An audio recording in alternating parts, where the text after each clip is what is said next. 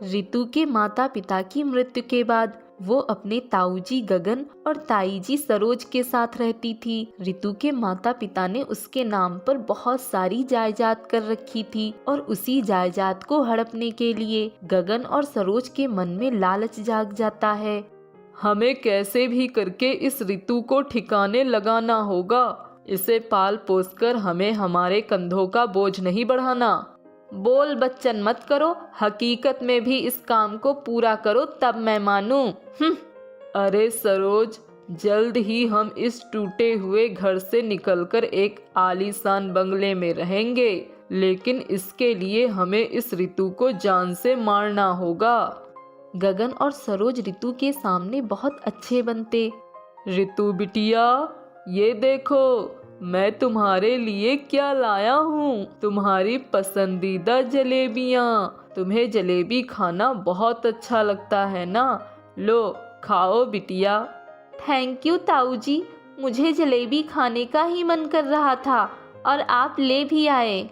जल्दी जल्दी खा लो, इसके बाद हम मेले में घूमने जाएंगे।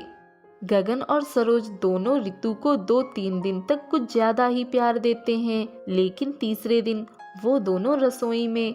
रितु जलेबी खाने से कभी इनकार नहीं करती। उसकी जलेबियों में अब मैं इस जहर को मिला रहा हूँ और फिर इन जलेबियों को खाने के बाद रितु का तो काम तमाम हो जाएगा। वाह, मानना पड़ेगा, क्या जबरदस्त प्लानिंग की है आपने। गगन, अब तो हम दोनों को रितु की जायदाद हड़प कर अमीर बनने से कोई नहीं रोक सकता। रितु रसोई के बाहर खड़ी रहकर चुपके से सब सुन लेती है और बहुत घबरा जाती है। हे भगवान, इसका मतलब ताऊजी और ताईजी दोनों ही मुझे मारने के पीछे तुले हुए हैं, क्योंकि मुझे मारकर वो मेरे हिस्से की जायदाद को अपने नाम पर करना चाहते हैं। नहीं, मुझे अभी के अभी यहाँ से भागना होगा। कहाँ जाऊंगी, कैसे जीऊंगी ये नहीं पता, लेकिन भागना होगा। रितु तुरंत वहाँ से भाग लेती है और भाग भाग कर वो जंगल के रास्ते पर एक नदी के किनारे आती है। वहीं गगन और सरोज दोनों रितु को घर से गायब देखकर घबरा जाते हैं। पता नहीं कहाँ चली गई वो मनहूस लड़की। लगता है उसने हमारी सारी बातें सुन ली और अब वो भाग गई। सब कुछ बर्बाद हो गया। अब वो लड़की फिर से हमारे पास कभी नहीं आएगी। अरे ऐसे कैसे नहीं आएगी, हम उसे ढूंढकर ही रहेंगे। गगन और सरोज दोनों जब रितु को ढूंढने के लिए निकलते हैं, तभी उन दोनों का एक्सीडेंट हो जाता है और वो बुरी तरह से घायल हो जाते हैं। वहीं रितु देखती है कि पास की नदी में पानी पर एक टोकरी तैरते हुए जा रही है और उस टोकरी में एक छोटा सा नन्हा सा बच्चा होता है। अरे नहीं, ये बच्चा कहीं बहते हुए पानी के साथ बह ना जाए, मुझे इसकी जान बचानी ही होगी। रितु तुरंत उस नदी में जाकर उस बच्चे को बचा लेती है और उस टोकरी को एक पेड़ के नीचे रखती है। बेचारा बच्चा, पता नहीं इसके माता पिता ने इसे ऐसे पानी में क्यों छोड़ दिया। रितु बोल ही रही होती है कि तभी अचानक से वो बच्चा एक जादूगर में तब्दील हो जाता है। ये दृश्य देखकर रितु भौचक्का रह जाती है। ये क्या, एक जादूगर, ये कैसे हुआ? घबराओ मत रितु, मैं एक जादूगर हूँ। मैं जानता हूँ कि तुम कितनी ईमानदार, नेक दिल और अच्छे स्वभाव की लड़की हो। तुम्हारे मन को परखने के लिए मैंने पानी में तैरती हुई टोकरी में एक छोटे बच्चे का रूप लिया और तुमने मेरा दिल जीत लिया। शुक्रिया जादूगर जी। तुम्हारे इस स्वभाव से खुश होकर मैं तुम्हें एक उपहार देना चाहता हूँ। उपहार? कैसा उपहार जादूगर जी? जादूगर अपनी जादुई छड़ी घुमाता है और वहां पर एक जादुई पेंसिल प्रकट हो जाती है। ये एक जादुई पेंसिल है। वाव, एक जादुई पेंसिल! ये मामूली पेंसिल से कितनी अलग और सुंदर लग रही है। हाँ, पर इसे जब गुस्सा आता है तब ये बड़ा और विशाल रूप ले सकती है। इसे इस्तेमाल करना बहुत आसान है। तुम्हें इसे अपनी विश बतानी होगी और वो विश असलियत में पूरी हो जाएगी। अरे वाह, ये जादुई पेंसिल सच में बहुत अमेजिंग है। थैंक यू जादूगर जी, मुझे ये जादुई पेंसिल उपहार के तौर पर देने के लिए। ये मुझे मेरे जीवन के एकदम सही मौके पर मिली है, जब मैं बहुत अकेली पड़ गई हूँ। उदास मत हो प्यारी बच्ची, तुम बहुत मासूम हो। बस इस दुनिया से बच कर रहना और हर एक मुश्किल का डट कर सामना करना। अच्छा, अब मैं चलता हूँ। अगर कभी मेरी जरूरत पड़े तो बस इस पेंसिल को हाथ में लेकर मुझे याद करना और मैं हाजिर हो जाऊंगा। इतना कहकर जादूगर वहाँ से गायब हो जाता है। अब रितु उस जादुई पेंसिल को अपनी ख्वाहिश से बताती है। जादुई पेंसिल, मुझे एक घर चाहिए और एक सुंदर सी कार। बस रितु के कहते ही वहाँ पर एक अच्छा सा घर बन जाता है और कार प्रकट हो जाती है। ये तो कमाल हो गया। रितु अब उस जादुई पेंसिल से खूब अच्छा अच्छा खाना मंगवाती और खुशी से अपने घर में रहती। लेकिन एक दिन रितु के घर के पास दो गुंडे आते हैं और बाहर खड़े होकर खिड़की से रितु की जादुई पेंसिल के जादू को देख लेते हैं। अरे ये देख रमेश, ये लड़की तो इस पेंसिल से जो भी कह रही है वो सब सच हो रहा है। अभी के अभी इसने इतना सारा जादू कर दिया। हाँ यार सुरेश, इस लड़की की इस जादुई पेंसिल को तो हम चुरा कर ही रहेंगे।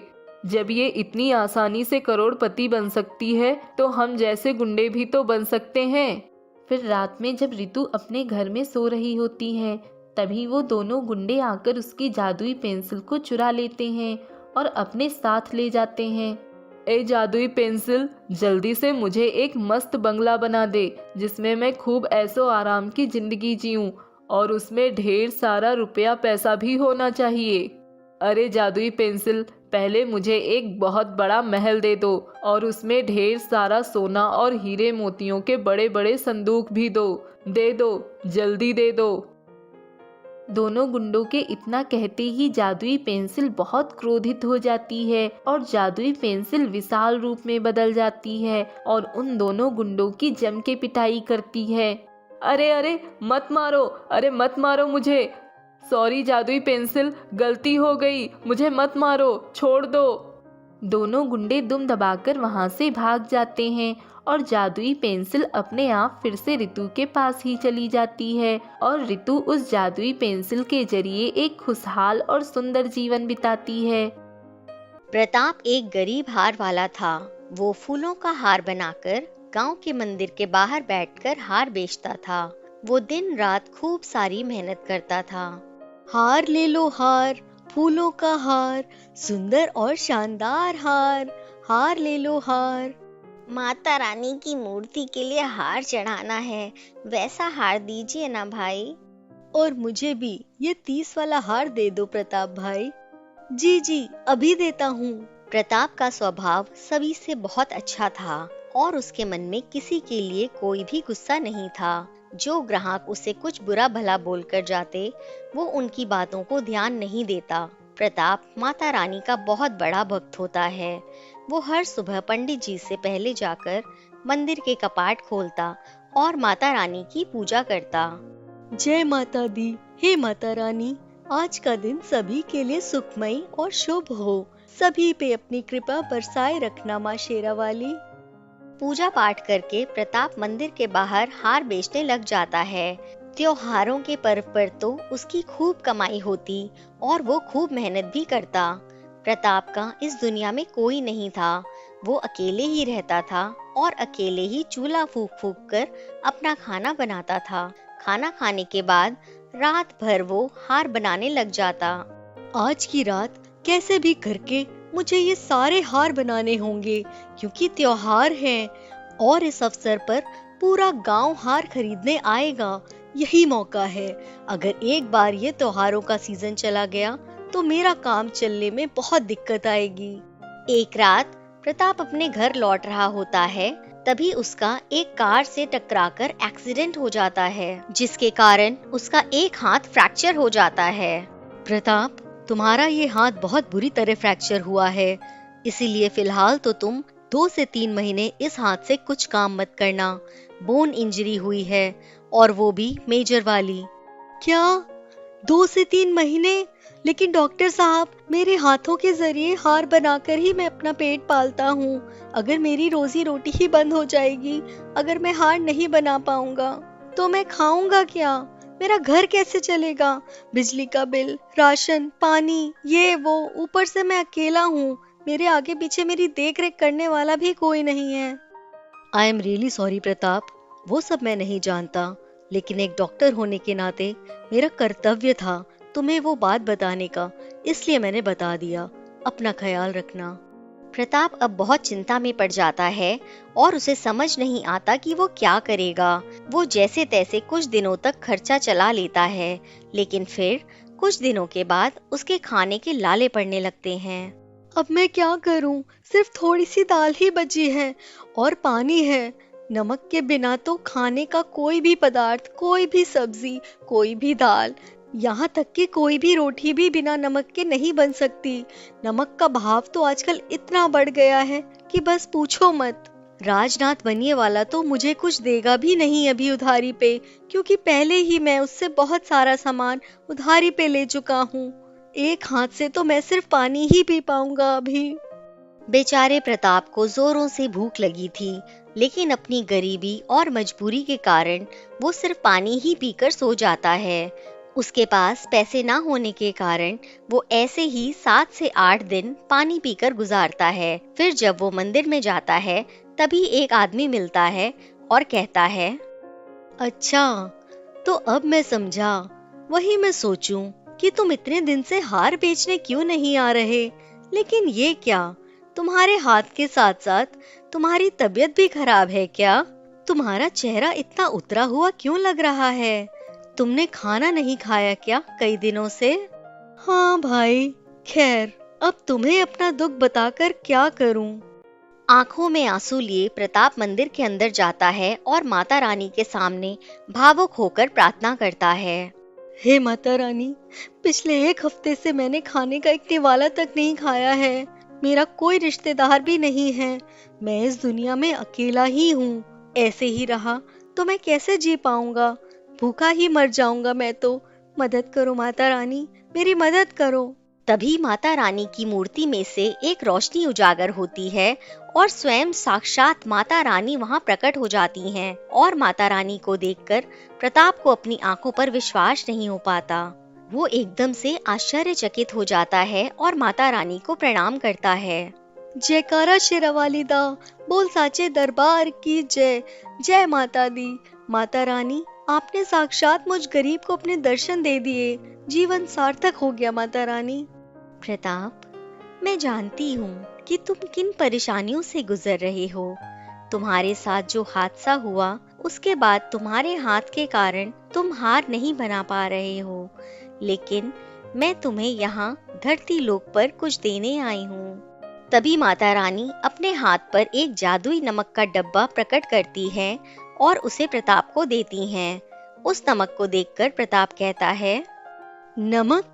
लेकिन ये तो साधारण नमक है। नहीं प्रताप, ये कोई साधारण सा नमक नहीं है, ये एक जादुई नमक है। जादुई नमक? हाँ, जादुई नमक। इस नमक से तुम जो भी खाद्य पदार्थ बनाओगे, उस पदार्थ की मात्रा अपने आप बढ़ जाएगी। क्या? सच? अरे वाह! अगर ऐसा है तो इस नमक से मुझे अपना पेट भरने के साथ साथ बाकी भी फायदे हैं। धन्यवाद माता रानी, आपका लाख लाख धन्यवाद।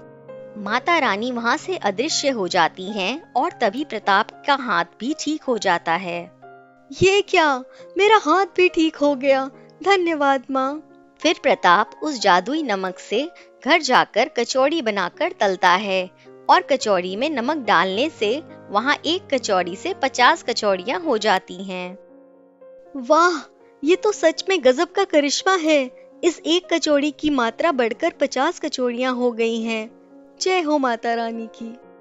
ऐसे ही प्रताप न सिर्फ कचौड़ी बल्कि बाकी पदार्थों में भी उस जादुई नमक को डालता है और बनाता है, और उन सभी पदार्थों की मात्रा 1 से अधिक हो जाती है। और इस प्रकार प्रताप अपने कचौड़ियों को बेचने का ठेला लगाता है और कचौड़ियाँ बेचता है। कचौड़ियाँ ले लो, कचौड़ियाँ, कुरकुरी, मजेदार और स्वादिष्ट कचौड़ियाँ। वाह वाह प्रताप, तुम तो मल्टी टैलेंटेड हो यार। पहले इतने जबरदस्त हार बनाते थे और अब ये कचौड़ियाँ। इतना स्वादिष्ट कैसे बनाते हो, जरा हमें भी तो बताओ। वो तो एक राज की बात है मेरे दोस्त।